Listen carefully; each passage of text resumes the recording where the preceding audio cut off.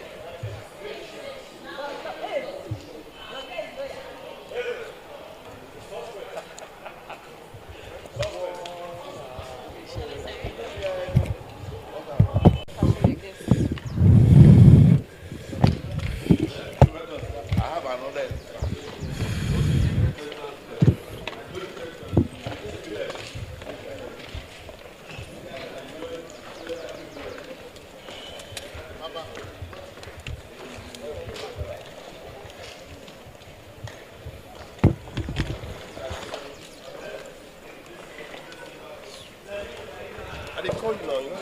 Sorry, see me now. I just opened up my camera.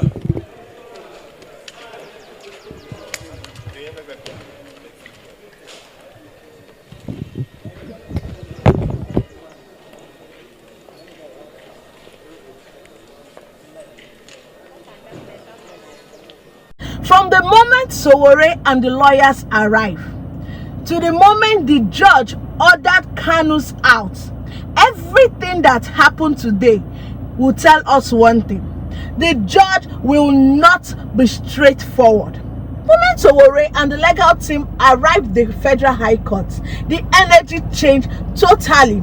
People knew something big was about to happen. It wasn't just a moment, or should I say it wasn't just a normal hearing, it was a judgment day, or should I say it is called judgment day.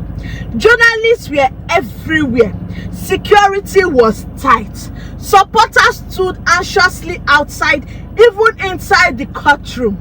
You could feel the tension with the electricity. We even heard that Kanu's family is hanging around. Yes, Kanu's family, wife, and everybody close to him that matters to him, they are all around.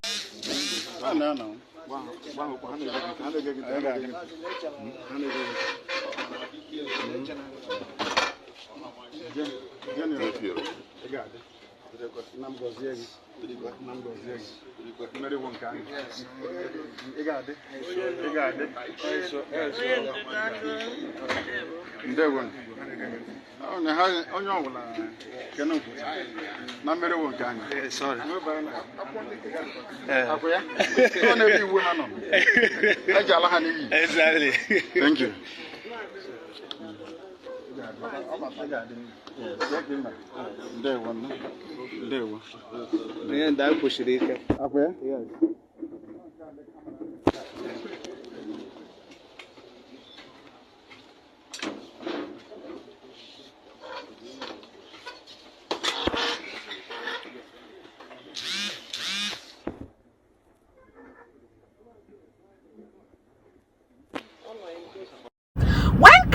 arrived, the entire court environment became dead silent. This is one person, or should I say, this is someone who has been at the center of the most controversial trial in Nigerian history. Today was supposed to be simple. Judge enter, judgment, case closed, but that's not what is happening. An order. This motion, my lord, was filed on the 12th day of November, praying this honorable court for the following reliefs. An order referring the substantial constitutional questions raised in this trial to the Court of Appeal pursuant to Section 2952 of the Constitution of the Federal Republic of Nigeria, and an order staying further proceedings pending the determination of those referred questions. The supporting affidavit was deposed to by my younger brother, Prince Nnamdi Kanu, together with all annexures. My lord, my written address filed in support of the motion, wherein I adopted and argued the 3 jurisdictional issues submitted to your lordship for your determination. There was also a further and better affidavit and my reply on points of law filed in answer to the respondent's counter affidavit and written address. My lord, I respectfully urge your lordship to deem all these processes as argued and to grant the reliefs exactly as set out on the motion paper.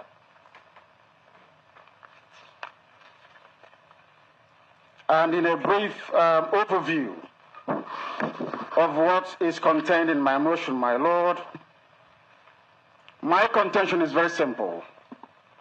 That ab initio, this court lacks jurisdiction to try me, that this very court is a material defiance of an appellate court judgment, the Supreme Court, with specific regards to count 7, which does not exist in the laws of this very country, and which the Supreme Court mandated this very court to amend.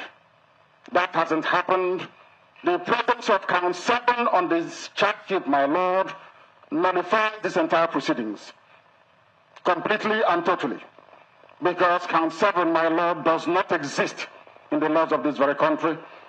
When I reply on points of law, I will make specific references to the ratio that came down from the Supreme Court, where my lord Lawal Garba explicitly stated that count 7 should be changed.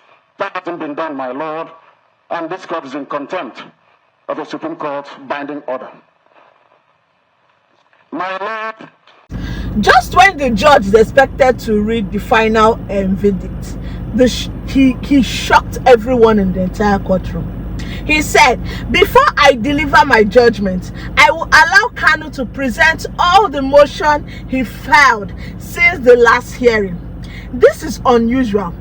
Judges normally dismiss such motion or emerge them into the judgment, but allowing Mazi Nnamdi Kanu to present everything definitely means one thing: the case was not as straightforward as many people think it's supposed to be. Kanu wasted no time. He stood up immediately, opened the document, and he read both. You know how that man can be now. My contention, I mean, how he takes speaker. My contention is simple. This court lacks jurisdiction to try me. According to him, his case is already at the Court of Appeal. The Federal High Court should not deliver any judgment illegally. Proceedings should be paused. This statement shocks the entire court. And here's the truth: a lot of people don't realize, if an appeal is active, the court is expected to what? Step back. So Kanu wasn't just arguing emotionally, he was making a strategic legal move. That is what he was actually doing. If you're following this up to date, please, my people, subscribe, like this video. It helps the YouTube push this video so many people can stay informed. This was where the tension rose. Report says the judge tried to control the courtroom. Lawyers were debating. Kanu insisted he must give his final address. The courtroom got heated. Kanu refused to sit. He refused to stay quiet. He continued insisting he had a right to speak before any judgment was delivered. You know the way this man behaves now. You know the way Nnamdi Kanu acts. At this point, the judge became uncomfortable. The chair was too hot for the judge. Things escalated, and then the shocking part happened. Please get the microphone from him, please. I said, show me. Show me. Excuse me. Show me. Get the microphone from him. No, leave it. Leave it. Leave it. I said, leave it. It's a court of law. I'm under trial. I'm under trial. I have to speak. I'm under trial and I have to speak. Listen to me. Listen to me, please. I'm under trial. I'm under trial. Please use the microphone. I'm under trial. And I'm please. No, listen to me. Please. The judge must listen to me. No, wait. Wait. I'm asking a very simple question. No, wait. Please.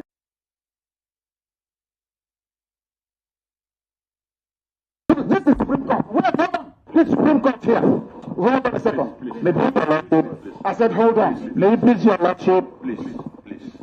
May I refer your lordship to section 266 of AGJA? It's not a court of law. What you're doing is not law. Please. You don't know the law. Please. Show me. Please. I said, show me. When you have the right to waive my right to hand address. Show me. It's what the Constitution says. Show me. Well, I will rise and come back. You cannot show me. Can you please take him out? I will come back. I rise. I'll come back in 5 minutes. Judge ordered the security officers to escort him out of the courtroom. Imagine that. On a judgment day, the defendant escorted out? Kai! Before judgment. Now who does that? This has never happened in any major Nigerian case in recent years. The moment immediately raised the question, will the judge still hold? Because I don't know if the judgment will still hold. Will the judgment still hold? Did the judge feel intimidated? Because that is what it's looking like. Was this a legal meltdown, or was Kanu strategically blocking the process? Who knows? This is why Nigerians are watching closely. We are all watching closely. Now, let's break it down to simple language. If a case is already at the Court of Appeal, the lower court may have no power to give judgment. This is Kanu Main's argument. If Kanu was removed before judgment, that verdict can, or should I say that verdict can be challenged. If the judge didn't allow full address, it can be a ground of mistrial. If motions were not properly considered, the judgment can collapse on appeal. So on this matter, what is the judgment? What judgment came out? The battle is far from over. From what I have seen, from all indication, the battle is far from over. Because the truth is, we cannot pretend that politics is not involved. This case goes beyond the courtroom. The government is watching. International communities are watching. IPOB supporters are watching. Oppositions are also watching. The entire East is watching. Any judgment today will ripple effects. That is why the courtroom drama is not just legal, it is political. Like, comment and subscribe if you have not done so.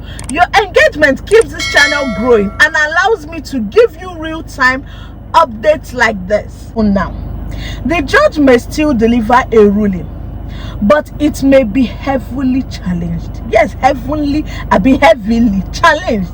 The defense will likely file an immediate appeal. There may be protest or public reaction depending on the verdict. The international community may respond if rights were violated, the case may drag into another legal phase entirely. The drama is far from over. What happened in the courtroom today shows one thing: this case is not just a legal battle, it is a fight for control, for narrative, and for legitimacy. The court may think it has the final say, but the appeal court, the public, and even political forces will play a role in what is going to happen next. Today is dramatic, today was emotional, today was chaotic, and the story is still unfolding. People, drop your options, or should I say your opinion, in the comment section. What do you think was really happening inside the courtroom, or should I say inside that courtroom? More updates are coming in minutes. Stay tuned, and thanks for watching.